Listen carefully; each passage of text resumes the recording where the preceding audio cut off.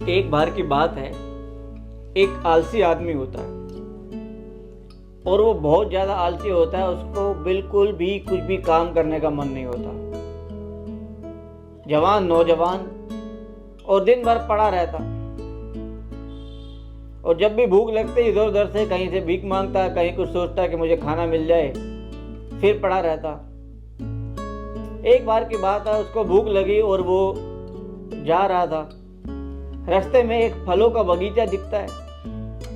वो फलों के बगीचे में फल चुराने के लिए घुस जाता है और वो एक पेड़ पर चढ़ने लगता है। और जैसे ही वो पेड़ पर चढ़ रहा होता है कि जो फलों के बगीचे का मालिक था वो देख लेता है उसको। वो भागा भागा आता है और जोर से चिल्लाता है, अरे उतर नीचे, तेरी खैर नहीं, आज तुझे बताता हूं। और वो आलसी आदमी उसको देख के डर जाता है, वो नीचे नहीं उतरता। इतने में वो भाग के जाता है, एक बड़ा सा डंडा लेके आता है जो फलों का मालिक था। अब उसके हाथ में बड़ा सा डंडा देख लेता है, दूर से ही वो फटाफट आलसी आदमी नीचे उतरता है, कहीं उसको मारना पड़े, और वो भागता है। भागते भागते हुए जंगल में चले जाता है। अब जब वो जंगल में जाता है तो वो एक विचित्र घटना देखता है कि एक लोमड़ी जिसके 2 पैर टूटे हुए हैं, सिर्फ 2 ही पैर थे, वो रेंग रेंग कर चल रही है। उसको देखकर वो रुक जाता है और सोचने लगता है कि ये लोमड़ी अपना जीवन व्यापन कैसे कर रही होगी इतने घने जंगल में। कैसे ये अपने लिए खाना ढूंढती होगी, कैसे ये अपने आप को बचाती होगी इस घने खूंखार जंगल के अंदर। वो देख ही रहा होता है, इतने में गरजने की आवाज आती है, एक शेर आता है। उस शेर को देख करके वह आलसी आदमी एक पेड़ पर चढ़ जाता है और वो नजारा देखता है। शेर के मुख में एक मांस का टुकड़ा था और वो आता है और उस लोमड़ी को दे देता है। फिर वो आलसी आदमी सोचता है कि देखो भगवान कितना दयालु है, उसने हर किसी के लिए कुछ ना कुछ प्लान बना रखा है। जब उसने इस लोमड़ी के लिए प्लान बना रखा है, उसके खाने का भी ध्यान देता है, तो वो मेरे लिए क्यों नहीं सोचेगा? उसने मेरे लिए भी जरूर कोई प्लान बना रखा होगा। अब वो एक बड़े से पेड़ के नीचे बैठ जाता है, इंतजार करता है खाने का कि कोई उसके लिए खाना लेके आएगा।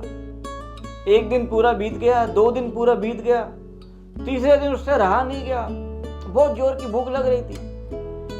वो चल देता है खाने की तलाश में। थोड़ी दूर जाता है तो वहां पर उसको एक बूढ़ा आदमी दिखता है।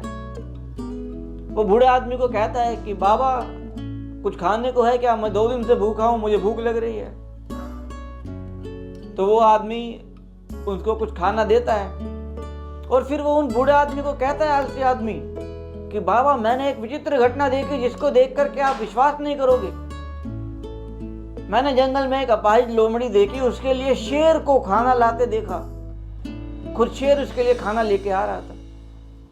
अब ईश्वर दयालु तो है, पर लेकिन वो अपनी दया सारी उसी को दिखा रहा है, मेरे ऊपर कोई दया नहीं दिखाई उसने।